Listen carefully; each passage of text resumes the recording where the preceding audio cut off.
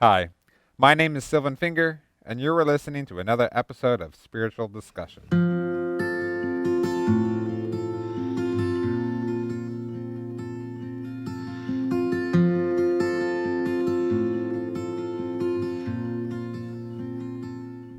My topic for today is about pleasure.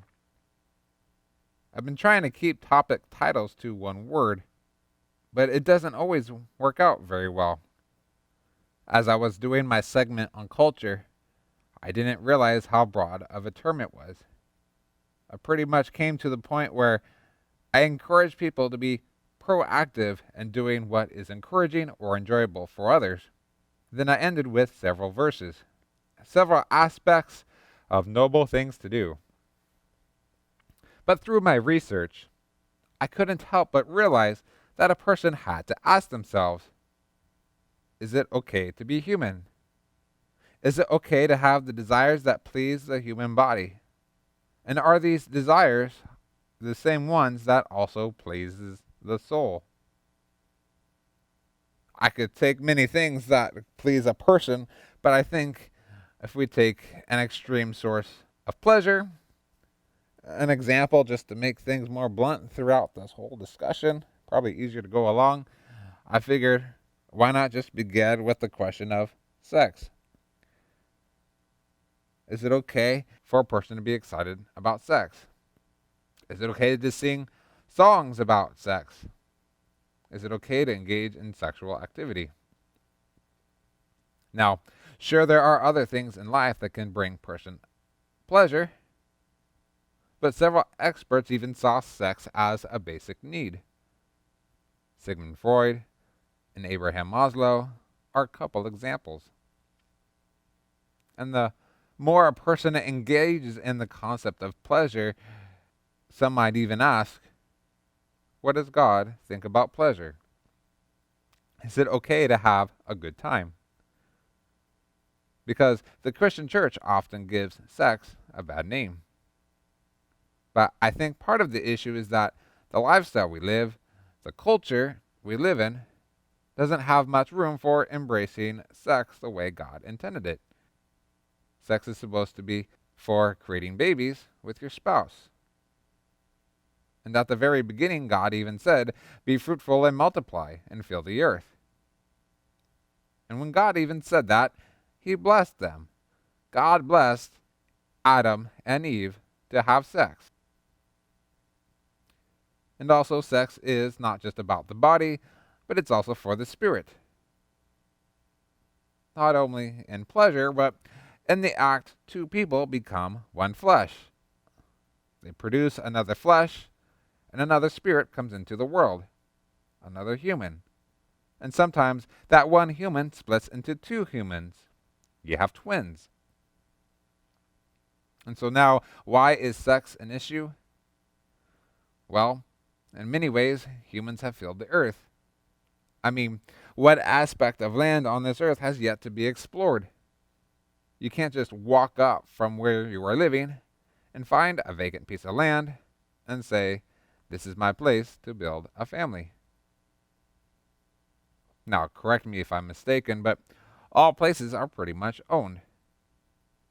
People have tried to find creative ways to having large families, but the struggle is real.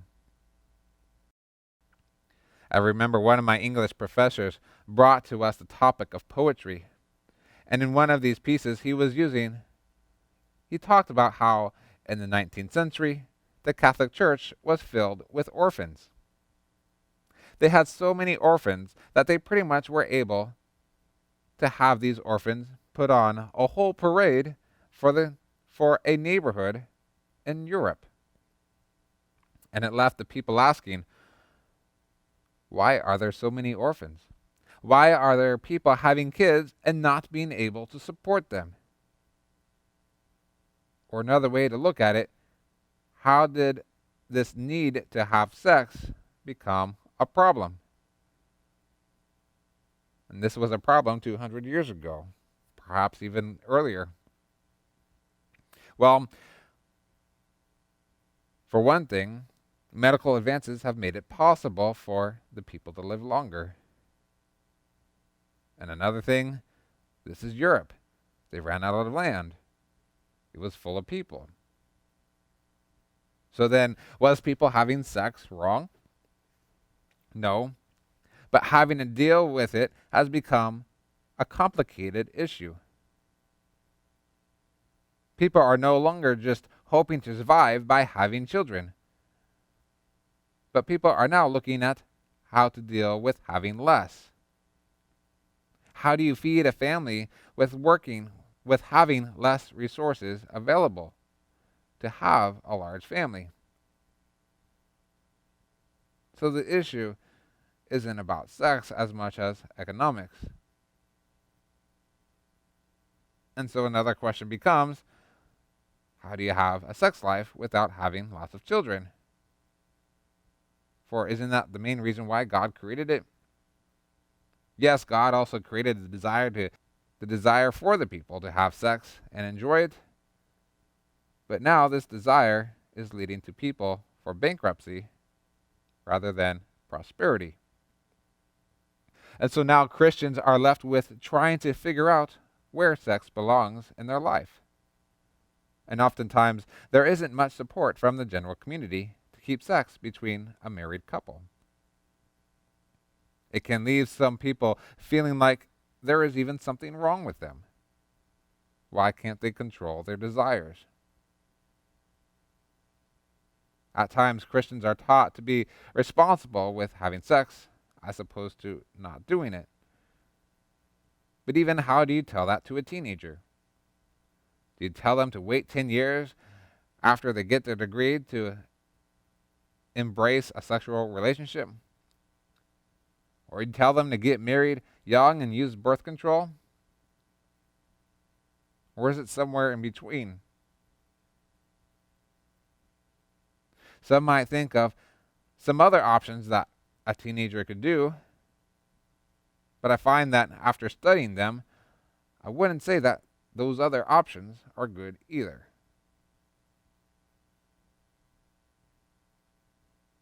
I can't help but look at what the book of Ecclesiastes says from the Christian scriptures. Ecclesiastes chapter 2, beginning at the first verse. This is probably written by Solomon, but he refers to himself as the teacher. And so Solomon is great in wisdom. And so here's some wisdom. Solomon once said, "In my heart, come now. I will test you with pleasure. Enjoy yourself. But behold, this is also vanity. I said of laughter, it is mad, and of pleasure. What use is it? I searched within my heart on how to cheer my body with wine, my heart still guiding me with wisdom, and how to lay hold on folly, till I might see what is good for the children of man to do under heaven during the few days of their life. I made great works. I built houses and planted vineyards for myself. I made myself gardens and parks. I planted them and all kinds of fruit trees. I made myself pools from which to water the forest of growing trees. I bought male and female slaves and had slaves who were born in my house. I also had great possessions of herds and flocks, more than any who had been before me in Jerusalem. I also gathered for myself silver and gold and the treasure of things in provinces. I got singers, both men and women, and many concubines, the delight of the sons of men. And so I became great and surpassed all who were before me in Jerusalem. Also my wisdom remained with me, and whatever my eyes desired, I did not keep from them. I kept my heart from no pleasure, for my heart found pleasure in all my toil. And this was my reward for all my toil. Then I considered all that my hands had done, and the toil I had experienced in doing it. And behold, all was vanity and striving after wind, and there was nothing to be gained under the sun. And so Solomon here is saying that you can chase after pleasure all you want, but it's not going to bring you happiness. So what is the solution? What should we be chasing after? The answer, the book of Ecclesiastes says that it's in a good day's worth of work. In chapter 9, verse 7, or starting at verse 7, Solomon says, "Go, eat your bread with joy, and drink your wine with a merry heart, for God has already approved what you do. Let your garments always be white, let not oil be lacking on your head. Enjoy life with the wife whom you love, all the days of your vain life that he has given you under the sun, because that is your portion in life, in your toil, at which you toil under the sun. Whatever your hands find to do, do it with your might. For there is no work, or thought, or knowledge, or wisdom in Sheol, to which you are going." And just looking at the future headings written in this book, I find he offers even more encouragement and direction. Wisdom is better than folly. And he even has good advice for the teenager in chapter 11, verse 9. "Rejoice, O young man, in your youth, and let your heart cheer you in the days of your youth. Walk in the ways of your heart and the sight of your eyes. But know that for all these things, God will bring you into judgment." Now, while that last line may bring a little bit of fear, Solomon is saying that God does care about what you do with your life, even in your youth. And the last heading is, "Fear God and keep his commandments." More specifically, in Ecclesiastes chapter 12, verse 13, "Fear God and keep his commandments, for this is the whole duty of man." What is the summary of his commandments? To first love and worship God. Then second, to love and care for others around you. That's your whole purpose for living. So enjoying pleasure is not a bad thing.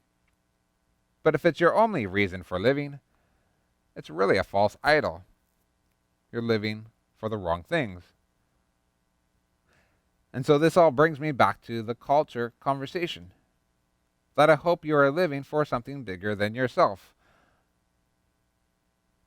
I hope you're living for others instead of just consuming for your own needs.